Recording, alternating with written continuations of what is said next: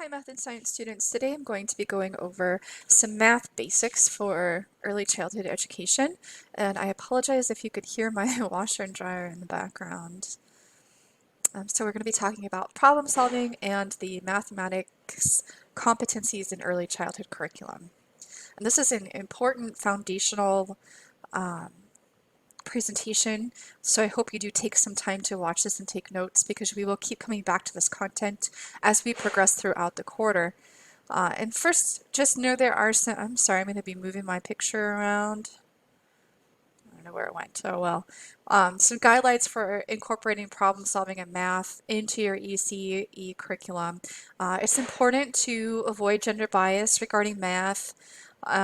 There's this old idea that boys are better at math than girls, and it's just not true. And in fact, the bias that we have created around that stereotype has actually perpetuated um, the stereotype. And when teachers believe that boys are better at math than girls, they treat girls and boys as such. And the same thing with the adage that girls are better at language and reading than boys. When teachers believe that, they treat their children in their classrooms as such. And so please try to avoid any gender bias regarding math. Find opportunities to teach and practice math in daily experiences. There is math in everything we do. And find those everyday opportunities to teach math. If it's sorting out um, the colors of pea gravel on the playground, because kids love pea gravel. They'll pick it up, shove it in their pockets. They like to look at it. They like to sort them by color and size and texture. That's math. Children like to line things up in order by size. That's seriation. Um, Kids also like to count things. So there's opportunities to count all throughout the day in your songs and finger plays and stories that you read. Experiences should be concrete and motoric. You're going to hear the word motoric quite a bit in this class. That just means hands-on and using the senses. Math should be integrated across and within disciplines, and you'll see that in this class we very intentionally pair math with science. So for every math activity that you do, you will do it embedded in within a science topic. For example, if so we are going to spend 2 to 3 weeks on life science, 2 to 3 weeks on earth science, and 2 to 3 weeks on physical science. And your math lesson, say that we are in life science, in our 2 to 3 weeks of life science curriculum, your math activity should relate back to life science. And so maybe it's that the children are going to create a graph indicating which type of fish food the fish liked best, and so they're going to tally or graph based on how many times the fish goes for a certain type of food, something like that. It's gonna relate back to life science. Activities should be simple and concrete before moving on to abstract and complex problems. So remember in last week's presentation when I was talking about the difference between like concrete items, index, and representation, where concrete items would be the real thing. So if you were going to be teaching about pumpkins and you wanted to count pumpkin seeds, you would open up a real pumpkin, extract the seeds, and count those. And then the next part might just be index, where maybe you've already extracted the pumpkin seeds on your own time and the children are just counting the pumpkin seeds. But then the representation would be counting pictures of pumpkin seeds. We always want to start with the most hands-on. And so the most hands-on in that example would be opening the pumpkin and extracting the seeds and then counting them. So we always want to start with the most concrete before moving on to abstract. And children learn best when they are able to explore using their five senses. Anytime that you can teach math using the five senses, or teach any content really, you're building richer neural pathways and richer schema. And so we want to make sure that we are engaged with concrete, tangible items and that we are using our five senses. So think about cracking that pumpkin open, right? So if you crack a pumpkin open, you have the sound that it makes when you break it open. You have the smell, you have the texture of the pumpkin guts, the sliminess of the seeds when you first extract them. It's a complete sensorial experience, and that is what young children need. I'm back. And now let's get into the components of math. And these are the areas that we are going to focus on this quarter. And you'll see that as you think about math content areas, this just makes sense. And I'll say that as teachers of young children, we tend to get stuck in the numbers and operations activities because they're the most concrete and the easiest for us to teach. And it's within our comfort zone to teach counting, where if you say to a teacher of young children, you're going to be teaching 5-year-olds algebra, and you've had a bad experience with algebra, you might immediately be turned off, or the same is true with geometry. But I'm telling you right now, these math content areas for young children are so fun, and you might reignite your love for math learning just by learning and practicing these math content areas for young children. And so numbers and operations involves counting and cardinality means the order of numbers, number sequence, one-to-one correspondence, meaning that if you were counting a series of objects, maybe those pumpkin seeds, that when you touch one pumpkin seed, you count one.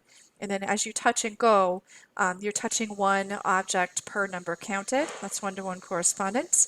Numbers and operations also includes adding and subtracting, and fractions, which I know fractions can be scary, but don't worry, we're not multiplying and dividing fractions in early childhood. We are learning the basics, and it's fun. And then algebra in early childhood looks like patterning. It looks like quantity comparison. Which group of blocks has the most? Which has the least? It also looks like seriation. And remember, that's one of the Piagetian tasks. And that's where we line things up in order by a certain attribute. Maybe it is by height, length, weight, size, shape, color from light to dark. But this just has to do with lining things up in an order or grouping items in sets. And this is fun to do with young children. This just means taking items in and putting them in rational sets. Like these are all orange, these are all yellow, these are all blue, or these leaves all came from the same tree. These leaves came from a different tree. So just grouping items in sets. It's pretty self-explanatory, but we can have a lot of fun with it. And then geometry. While it sounds scary to some, I assure you, in early childhood education, it is all about identifying 2- and 3-dimensional shapes, analyzing, comparing, and creating and composing shapes, which is super fun. And then, of course, we can't forget about measurement and data analysis and probability. So measurement just describes and compares and measures attributes. And we will do this with standard and non-standard units of measure. And we will be thinking not only about size in terms of length or height and width, we will also think about measuring things by volume and mass. And so when you're talking about measurement, we need to focus on tools that we use to measure, both in metrics, inches, centimeters, all of it. We get to play with all of it in this class. And then data analysis and probability is probably one of my favorite because I am a big data nerd and I love using data to ask and answer questions. I love the representation of data, and you can use data to make predictions that you're going to seek answers for. And so those are the math content areas. I'm just going to flip back a slide and go through them quickly. So we have numbers and operations, algebra, geometry, measurement, and data analysis and probability. And those are the math strands or content areas, and we'll refer to them as both in this class. And then, of course, we have process standards. And so process standards refer to how we teach problem solving, how we talk about reasoning and proof. How do we know what we know? And then communication. How do we share what we know with others? How do we make connections? Oh, when I add this triangle to this triangle, it actually makes a square. How do we make connections within our math? And then how do we represent our mathematical thought? I don't know about you, but it sounds like fun. This is a quick video that I'm going to actually link into the module. But let's talk a little bit about the NCTM process standard of problem solving. Um, So there was a story, and it asks child to solve many problems based on the pictures in the book. For example, if each orange slice has 2 seeds, how many seeds are in the orange? And so that is a problem-solving task, but it's also a process standard. And so we want children to be able to think mathematically and to be able to think about how to answer these questions and how to communicate what they know. And then we have reasoning proof. Do all oranges have 8 seeds? How can we prove it? What about tangerines, lemons, grapefruits? Is it true for all? So when we think about reasoning and proof, all right, we have this fact, right? If we go back, each slice has 2 seeds and there are 4 slices. So that means there must be 8 seeds, right? Do we know that all oranges have 8 slices and 8 seeds? How do we find out?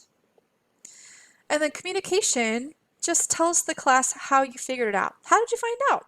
We took the orange apart, we dissected it, we counted the seeds and the slices. And then for making connections, let's make a graph of the kind of fruit with seeds and the kind of fruit without slices. Sorry, I keep saying seeds, and I meant to say slices, but it could be seeds. So this is just comparing. Are we making connections between content and finding out the answer? And then representation is what number sentence can we write to solve this problem? 2 plus 2 plus 2, or 8 times 2. Or can we draw a picture of something with many groups, such as an orange, separated by its slices? So the orange represents the whole, and then each slice represents one part of the whole. And then we have this idea of Zoltan Dean's theory of mathematical thinking. We talk a lot about theory and theorists in our program, but this is one that you might only hear about in this class. And so Deans had this idea of the stages of thinking. And so let's just go through these. First, we have to have free play. We have to have our hands on something, which kind of aligns with Piaget's theory. But we have to have our hands on something. We have to play. And so the example is objects that may have common attributes go unnoticed. For example, a ball and an orange are both spheres. The child doesn't notice that they have anything in common until they get a chance to play with it. And then generalization. The child recognizes the patterns and regularities and the common attributes across models. So now the ball and the orange are both round. We recognize that they both have that in common, but they're still different. They're still different things. So we make some generalization about the things in our environment. And then stage 3 is representation, and this is when the child uses representation to articulate the concept of round. All right, maybe I draw a circle, and this represents my orange or my ball. Both are round. And then symbolization. This is when you start to use formulas and words to describe relationships. For example, a representation of area, or perimeter and radius if possible, which I will post a link on how to find pi if you wanted to know how to calculate that. And so that's an example of symbolization and formalization. So the relationship of properties of all 2-dimensional and 3-dimensional figures are categorized, ordered, and recognized as part of the discipline of mathematics. And so there's your Zoltan Dien's theory of mathematical thinking. And this is important to really, when you're understanding process standards, which we'll talk more about in this class, but this is really helpful when you're thinking about process standards and how we teach them to young children. First, we have to know that children are having experiences on the objects in their everyday life, and then they're making generalizations about those objects before they put those into representation, which absolutely follows Piaget's theory of cognitive development. And so this, we're going to go through some goals of early childhood mathematics. The first goal, you need to know the content of math, ladies and gentlemen.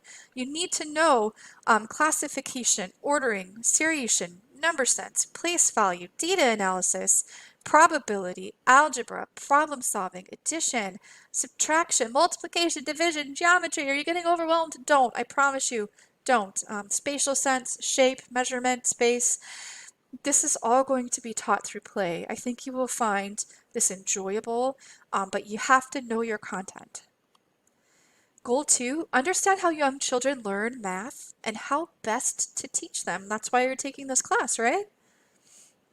And 3, know and implement appropriate teaching practices for effective mathematics instruction. And finally, 4, assess